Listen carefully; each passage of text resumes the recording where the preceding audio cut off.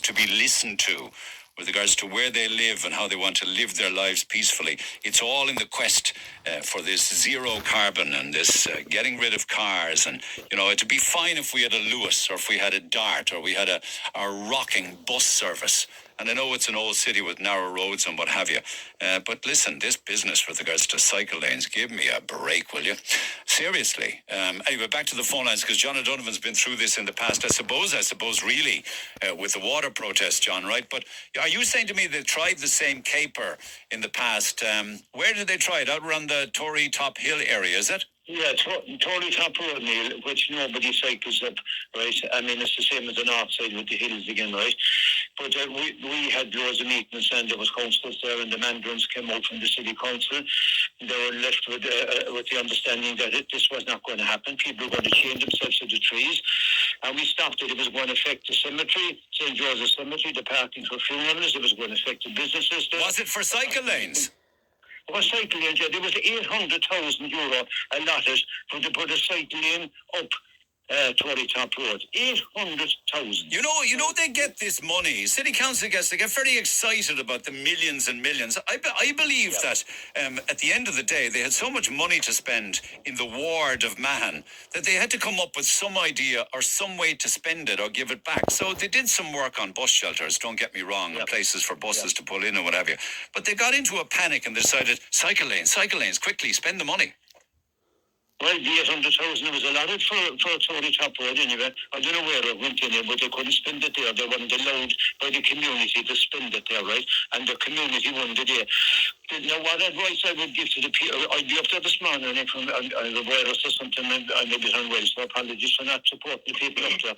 But they want to listen now, they're listening on their radios and their phones above, right? The first mistake he made is this wasn't maintenance by DSP. He allowed DSP in right now to go messing around there.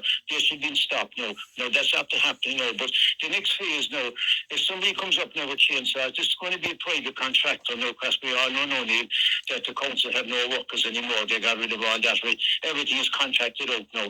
When the contractors come out, if you have to ring fence the trees, and you might have to do this every day for the foreseeable future, and this is sorted out, right? You do not allow the work to start. The same with Irish Water, and we won the day, and we started, as you know, with yourself up in Ashbrook and Toker, and it was copied, that template was copied right around the country. Direct action is what will stop this by the community.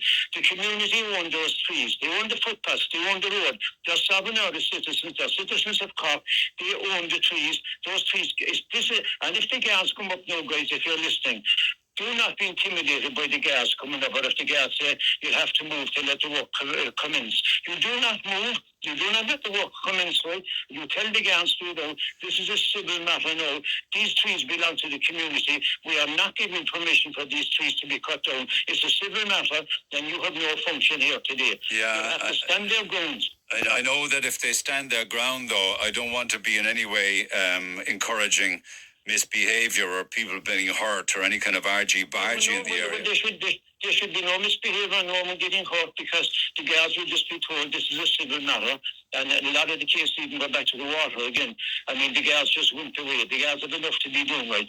You tell the guards this is I saw people being dragged away from protests with regards to Irish water sites to stop the meters going in. There was some overzealous guards along the way, but there was nobody charged with any civil disobedience or anything like that.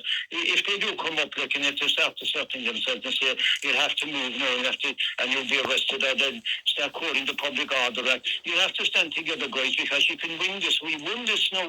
We stopped the Irish water and the privatisation of our water by direct action, and the same will happen now. Direct action will stop those trees being cut down, will stop all this carry on interfering with parking. As you said earlier on, Neil, the city has gone to hell. I was making a note, there's about 6,000 parking spaces gone in Cork City, street parking, between pedestrianisation and cycling. Is that an accurate figure, 6,000 spaces? 5 to 6,000, because if you remember, all the South Mall is gone, they are a trickle, right? All Father Matthew Keeley came in and surrounding... I know that. I suppose if you take the same car space and say that it could be used 5 or 6 times a day by different cars, cars. You could be You up have, into the you 5 or 6 then. Pope ski is the same. Like, Okay. I mean, it's just ridiculous. But look, stand together. Stand your ground because peacefully. you can win this. Okay, Yeah. thank you, John. Appreciate it. I know that the residents in the area and those that are protesting will stay in touch with me across the morning, and I will revisit it. I promise you that. Text 0868 104 106 for that and all other business. Meanwhile, wow, what a response we had last week with regards to